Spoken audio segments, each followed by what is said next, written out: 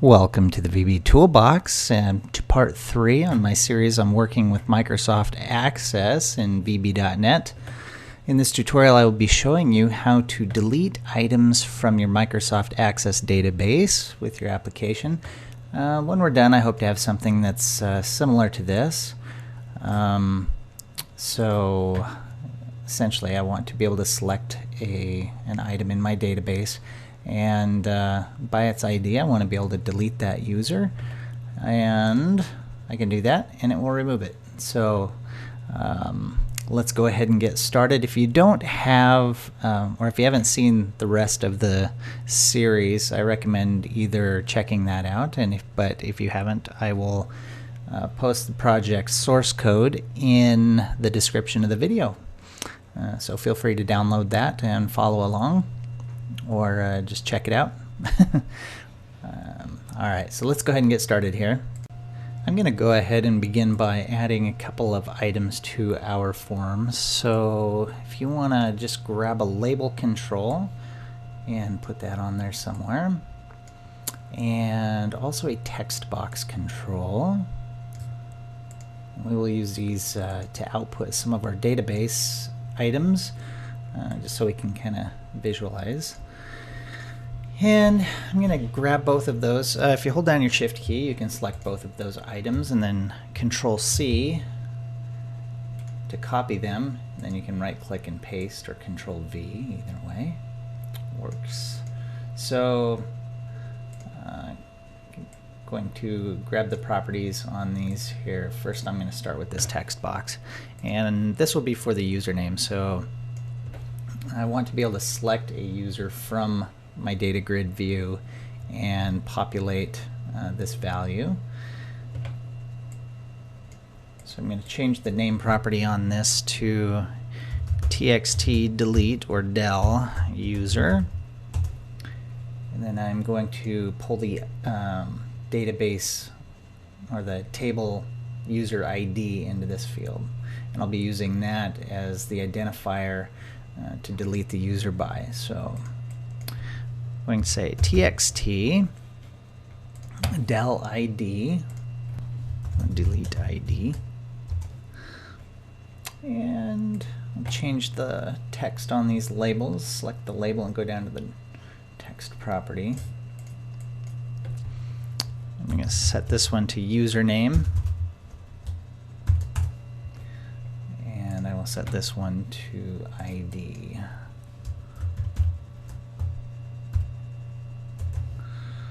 Yeah, I'll just take that one off because I'm going to center it.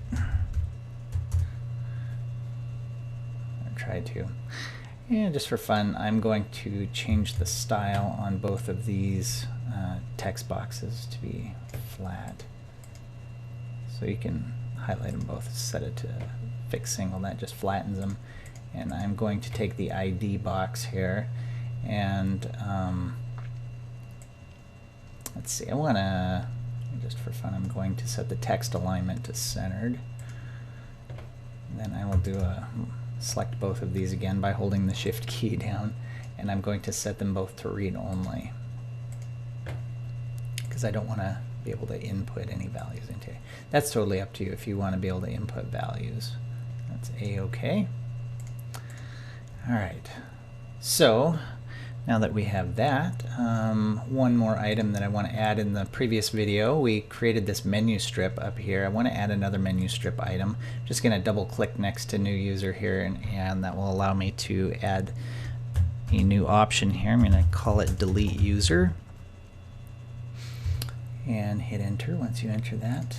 And if you select that item, it'll give you the option of changing the name. By default these have really long names, as you can see here. This kind of drives me crazy, because when you want to grab them or change something with them, it's annoying to type them in. So I'm going to do MSI for menu strip item, and I'm just going to say delete user. Shortens it up just a little bit.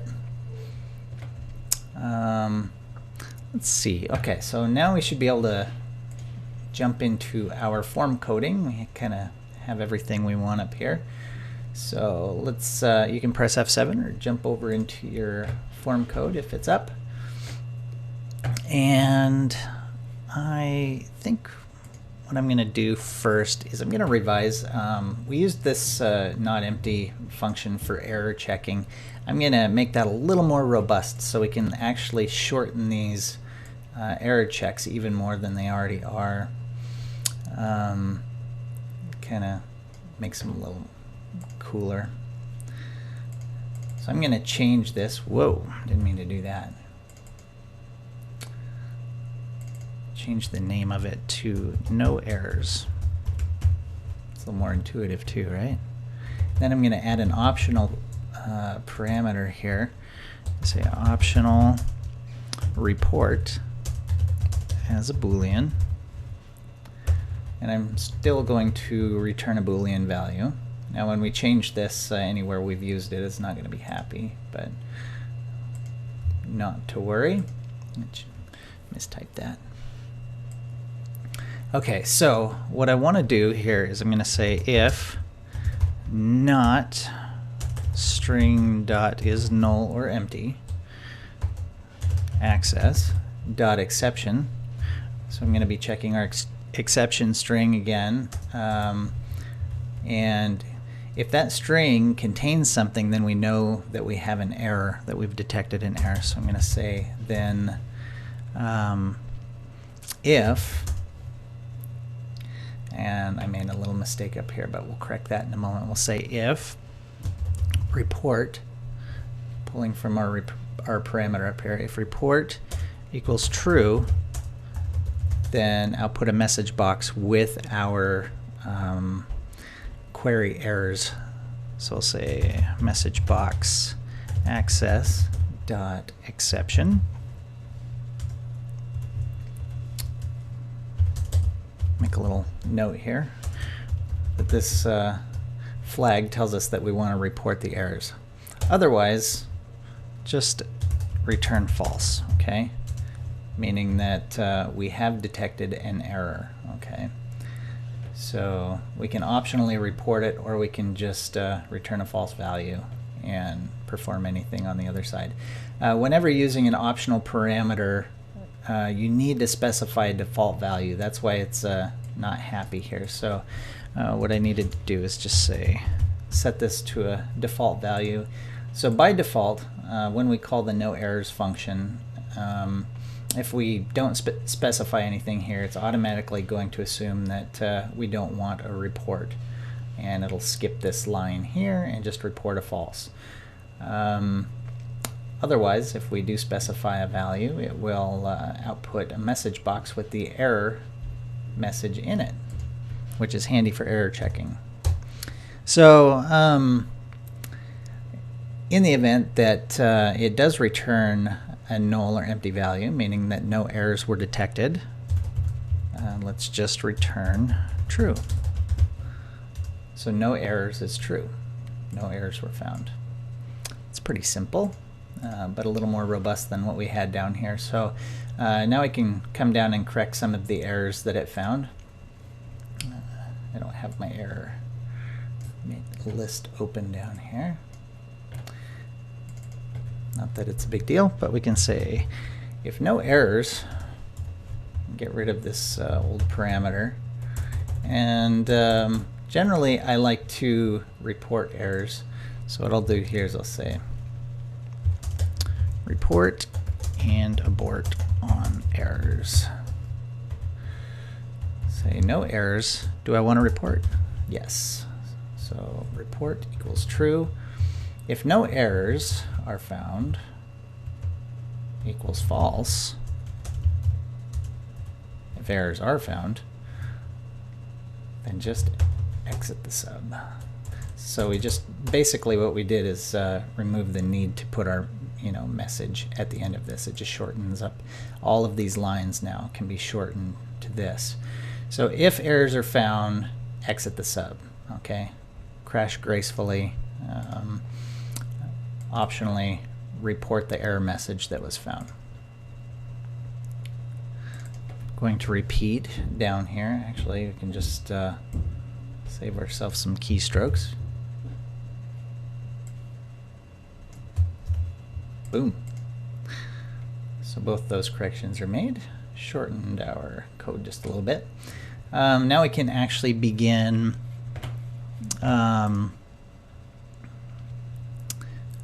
we're adding our user deletion code. I'm going to just come down here below our search member sub, and I'm going to add a new sub. I'm going to say private sub delete user. Okay, so the first thing I want to do when I delete a user is, ask for a user confirmation so we don't accidentally wipe out something in our database that we don't want to. We'll say confirm delete or deletion. I'll say if message box, are you sure that you want to delete the selected user?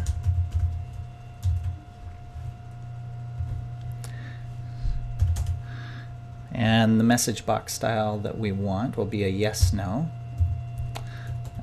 Just yes, we should get it. And I'll put a title on that of confirm delete.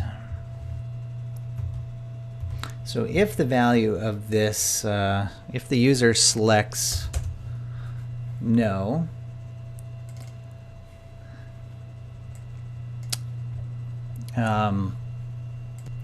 then we can just exit the sub. So we'll just say exit sub. All right. And so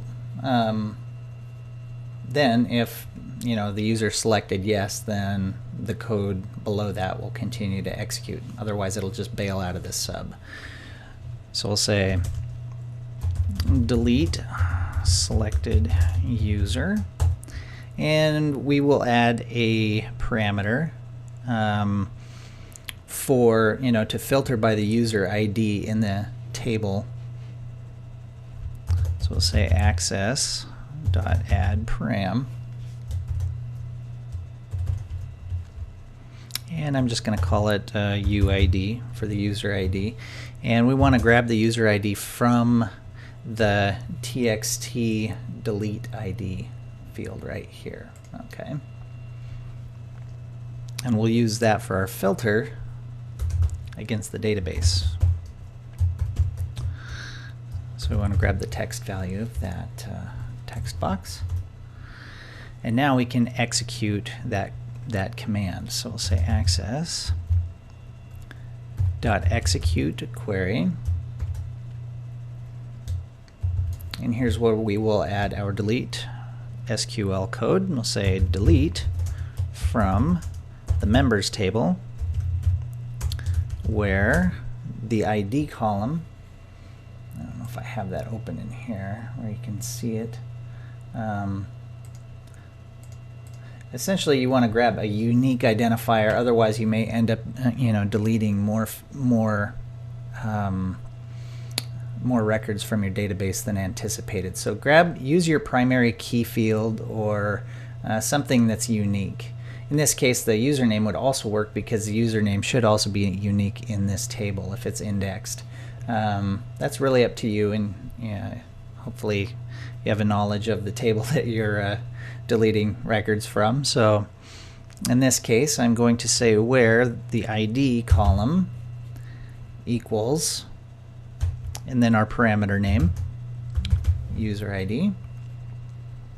And that's all it takes to delete a record from Microsoft Access. So very simple. Of course, we want to add a little bit more logic to this to make it more friendly and dynamic. So next up, I always, after I execute my commands or queries, I always like to check for errors. So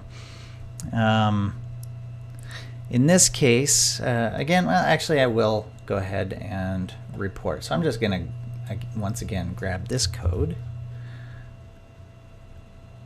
and just paste it right down here underneath for error checking.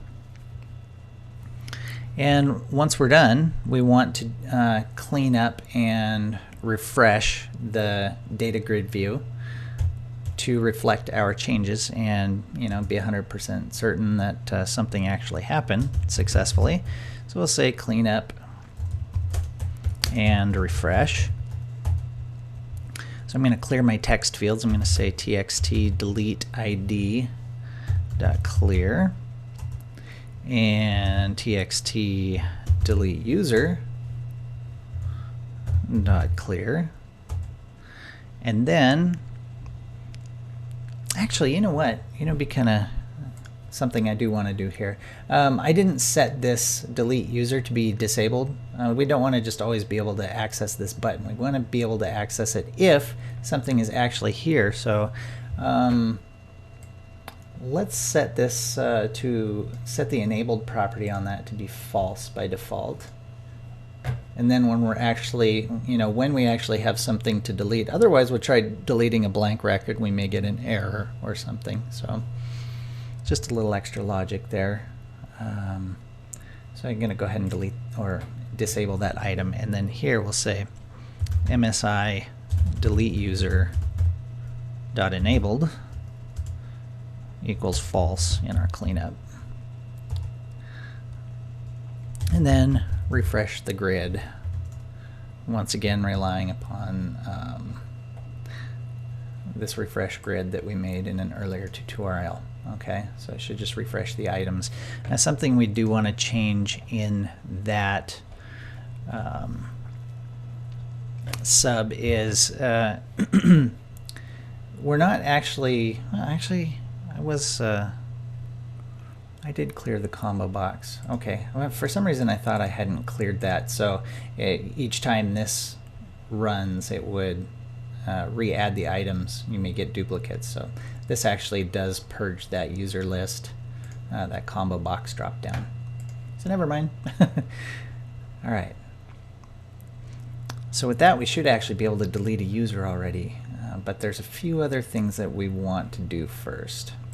To delete a user, we must first be able to select a user to delete. So let's jump down here and add another sub so we can query the user that we want to delete.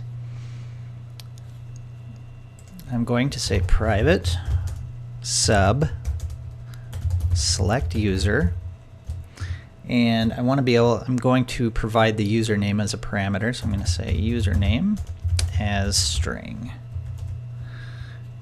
All right. So let's first off, we'll just query the user that we want to look for to delete. So I'm going to say access dot add parameter, and this will be to filter by user, specifically the username that we provide from the parameter up here. And then we will add, actually we will execute the query now. So we'll say execute query, and we really only, because we're going to be outputting our database results to a single line text box, we really only want to retrieve a single user. So it needs, we want something that's going to return a unique record, but we're going to force it to do that by using the top one. And say select top one, and what that does is it returns literally, the first record that it finds, it will output. So we're going to return top one ID and username from our table.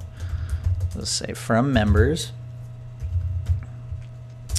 where we're going to filter by the username. So we'll say where username equals @user to match our parameter here. Okay. And of course, at this point, we will check for errors, but we're also going to go a step farther. We want to, before we attempt to populate the text boxes, we want to be absolutely certain that we did find the user that we were looking for. So I'm going to take this one a step beyond just a basic error checking. I'm going to say report and abort on errors or if no records were found. Okay, so if it doesn't find anything, it'll just fail out gracefully and quietly. So we can say if no errors, and go ahead and report it if there's an error, or else. And what the or else will do is it's just like using an or, except for it's going to, if this fails for any reason, it's not even going to bother checking the second criteria here. So it'll automatically just fail over and exit. So if errors were found, or else access.recordCount. And here we're drawing on the record count variable that we have in our DB control class. We created that in the first tutorial, I believe, in this series. So if the record count is less than 1, then, whoops, I already got it then, exit the sub. I got lazy fingers tonight. They don't want to type. I'm tired. Alright, so if everything is good and a record was returned, then let's go ahead and proceed to grab that row that was found. So we'll say get first row found. Technically only one row could be returned because we used top one. So to do this, we're going to store the entire row data, which is going to be the user ID and the username that was found. We're going to store that to a variable of type data row. So we're going to say dim_r as data row, and this is the easy way to store, return values to text boxes from your database and access their components individually, or each column name individually. And it's a nice simple way to do that. So we know that a row was returned based on the fact that it didn't bail out right here. So we're going to grab that first record. We're going to say access, and we want to access the data table from our DB control class. And we want to grab the first row that was found. That's going to have an index value of 0. Okay. So we just dumped ID and username into this variable R here, and now we can access those values. So we'll say populate text boxes with data. So first off, we'll go ahead and drop the user ID into the first text box. We'll say txt del ID dot text equals, and we're going to grab the column name from the data row, and the column name we want is ID. Okay, that corresponds to this field or this column. Also, we're pulling it from here. You can only access columns that you have pulled from your query. So if I tried using website or email here, it's going to throw back an error because we're not actually pulling that through in our query. If we added them to the query, we could then access them. And we're going to go ahead and make sure that this is a string, so if for some reason a null value is passed back, we don't get any errors. I think the string is nullable, so it should just return a blank string if a null value is passed back. Next step, we're going to grab the username. So we're just going to say R, and we brought back the username, so we can just grab that column name. Once again, toString. Alright, and that's all there is to it. So now, once the user is selected, it should deposit it in our text boxes that we added to our form. And we also know that something was indeed found. It didn't exit, so we're guaranteed to have a value in here. That's good. So then we're ready to actually perform a deletion, so we can enable this control up here. So we'll say enable delete. Whoops. Enable. Wow. So we're going to grab that by its name. We're going to say menu strip item delete user dot enabled equals true. Okay.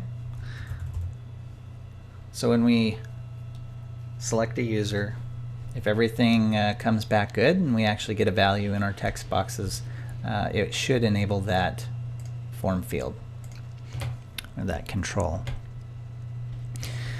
All right, now we need to add the logic to our DataGridView to actually grab a username. And I'm not just going to do the DataGridView, because we use this ComboBox as well. We should be able to select a user from here or from here and populate this using that same select user sub that we just created.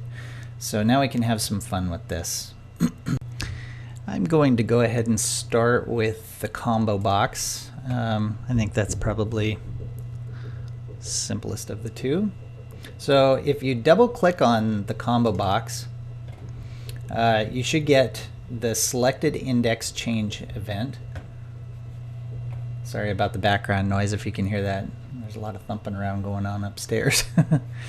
The selected index changed event, we can just say if not string dot is null or empty.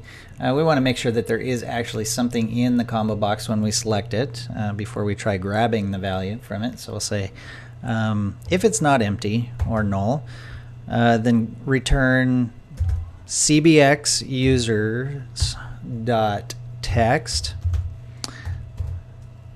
Okay, sorry, not return it. Check it. Make sure that the text box. Hold on one sec. Sorry, I was being called. Okay. If this string, if the selected item is not empty or null, then use our select user sub, passing in the text value from our ComboBox. So cbx users dot text. Sorry. Wow. I got all distracted and forgot what I was doing here. So I'm going to go ahead and just test this real quick. Hopefully it won't explode. Wow. Oh, because when we refresh the grid and fill the ComboBox, when the form starts, let's see, when the form is shown, it refreshes the grid. And I think that the last thing we do here, if it finds a record, then it automatically changes the index to the first item that's found, which of course is going to fire the index changed event. So it automatically grabs the first item that was found and successfully, as we can see, executed the query to populate the text fields here. So we know that select user is functioning properly.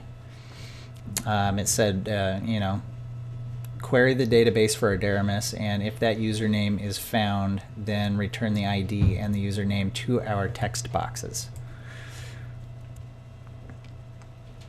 Sweet. So now we can do the same for our DataGridView. We want to be able to select a user from here and automatically put those values into the text box to delete.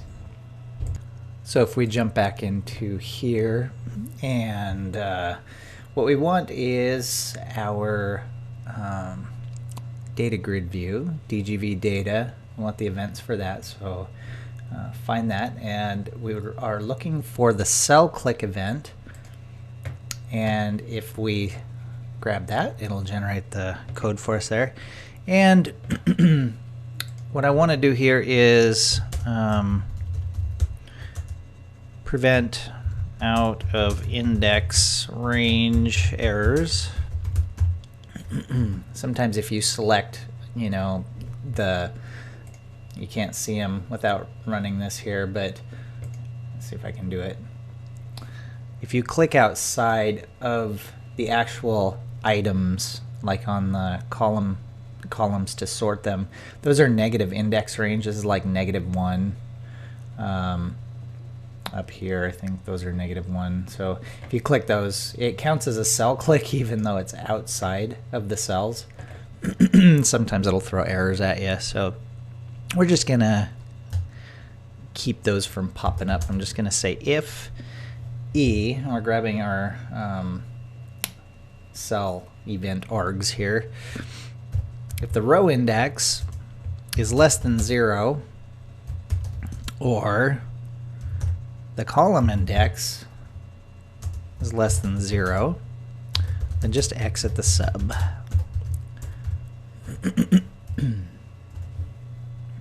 All right, piece of cake. Now we're just going to select the username from, excuse me, whew, almost sneezed. I want to select my username from column 1 of whatever row is clicked. So I always want column 1, and the row needs to be whichever row I click on. So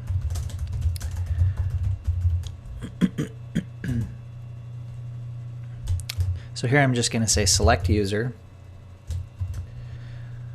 DGV data dot item, and this will allow us to select specific items from our data grid view using the row index and column indexes. So, whoops, I held my shift key down there too long. So I always want to grab the first, or grab column index 1, which is technically the second column, which I believe is what we have the username in. We'll double check that here.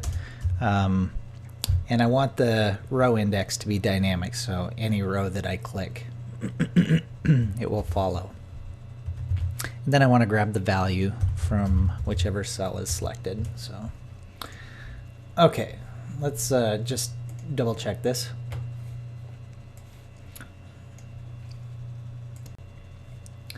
We have column index 0 and column index 1. So it's always going to grab the username column and whatever one I grab here. So this seems to be working properly. If I click any of these, now if I click over here, it should still maintain the one that was clicked. So that's good. So it seems to be working very nicely. Now we just need to do what we came here for, and that's delete a user. So we need to add that functionality to here. All we got to do is jump into here and double click that menu strip item, and it will generate our click event. Now we've already created our delete user sub, so we should just be able to call that right up here. It doesn't take any parameters, so let's go ahead and just give it a shot. So whatever user is selected, using the select user is what should be deleted, because we're relying on these text boxes here. So I'm going to go ahead and run this and give it a try. Bring that up here, and let's just get rid of Pizza Dude. He's ID 7. You sure you want to delete him? Oh no, I don't want to delete the Pizza Dude. No, he's okay then. So let's kill the rover here. Delete him. Yes. And he's gone. So after our delete fires, we have successfully removed him from our database. So yeah, that's pretty much it. Now that we have that, we can use it in any any way that we want. You can adapt that to your applications and needs. So anyway, I hope that this tutorial has been helpful for you. I apologize for being a little discombobulated, a little bit tired tonight, and got a lot of distractions. So I hope it was helpful. Appreciate all your feedback, and if you like the video, give me a thumbs up, and share it with anyone else that you think would find it helpful. Until the next time, take care and good luck on your projects. Take care. Bye-bye.